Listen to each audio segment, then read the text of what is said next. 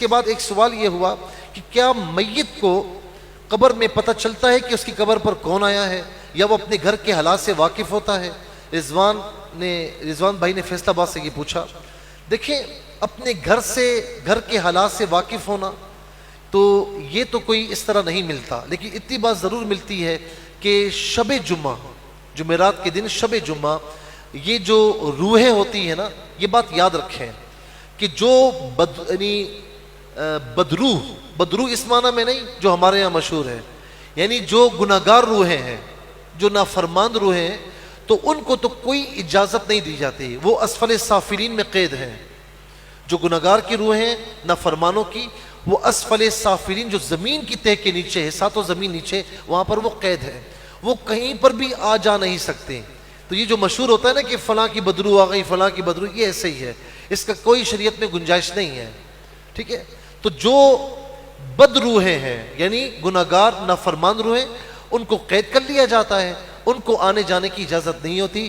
جو مسلمان روحیں ہیں اور جو نیک روحیں ہیں، تو وہ شب جمعہ اپنے گھروں پر آتی ہیں اور دیکھتی ہیں کہ ان کے گھر والے ان کو ایصال ثواب کر رہے ہوتے ہیں، دعائیں مغفرت کر رہے ہوتے ہیں، تو دعائیں دیتے ہوئے چلی جاتی ہیں۔ اور اگر وہ دیکھتی ہے کہ کوئی خیال نہیں رکھ رہا، کوئی دعا نہیں کر رہا، تو پھر وہ کہتے ہوئے جاتی ہیں کہ جس طرح تم میرے ساتھ کر رہے ہو تو تمہارے ساتھ بھی اللہ تبارک و تعالیٰ ایسا کرے۔ تو یہ مضامین ہمیں احادیث کریمہ میں ملتے ہیں۔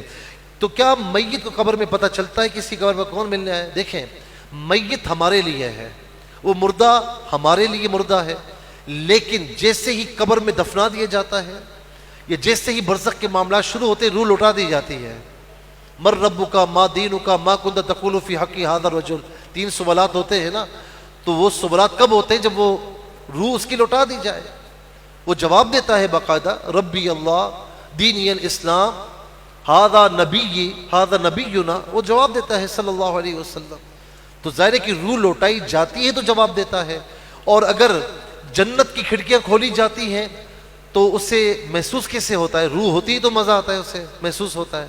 اور جہنم کی کھڑکیاں کھولی جاتی ہیں تو ظاہر ہے کہ روح ہوتی ہے، روح کا تعلق جسم کے ساتھ ہوتا ہے، جو روح کا جسم تھا اس کے ساتھ تعلق رہتا ہے اس کا۔ تو اگر جو ہے گناہگاروں کی روح ہیں تو تعلق رہتا ہے ان کا، تو انہیں ظاہر تکلیف محسوس ہوتی ہے، تو اسی لیے جہنم کی وعیدیں سنائی گئی ہیں۔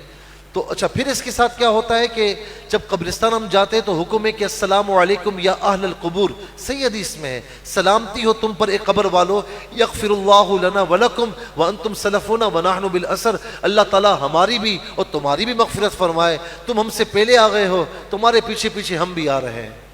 تو باقاعدہ وہ جواب دیتے ہیں۔ سلام کس کو کیا جاتا ہے؟ جو جواب دیتا ہے نا، تو باقاعدہ جواب دیتے ہیں۔ یہاں تک کہ جو ان کی قبر پر آتا ہے اور آ کر جو ہے وہ دعا کر کے رخصت ہوتا ہے، تو وہ جانتے بھی ہیں اور ان کے قدموں کی آہٹ بھی اس مردے کو سنائی دیتی ہے۔ یہ حدیث پاک میں بالکل صحیح حدیث میں موجود ہے۔ اسی لیے کہا گیا کہ مردے کے آپ سرہانے سے جو ہے وہ حاضی نہ دیں، بلکہ اس کی جو ہے وہ پاؤں سے حاضی دیں تاکہ اسے تکلیف نہ ہو۔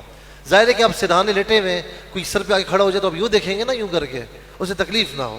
اولیاء اللہ کے مزارات پر جاتے ہیں تو یہی تعلیم دی گئی کہ آپ پاؤں کی طرف سے حاضر ہوں تاکہ انہیں تکلیف نہ پہنچے، ٹھیک ہے نا۔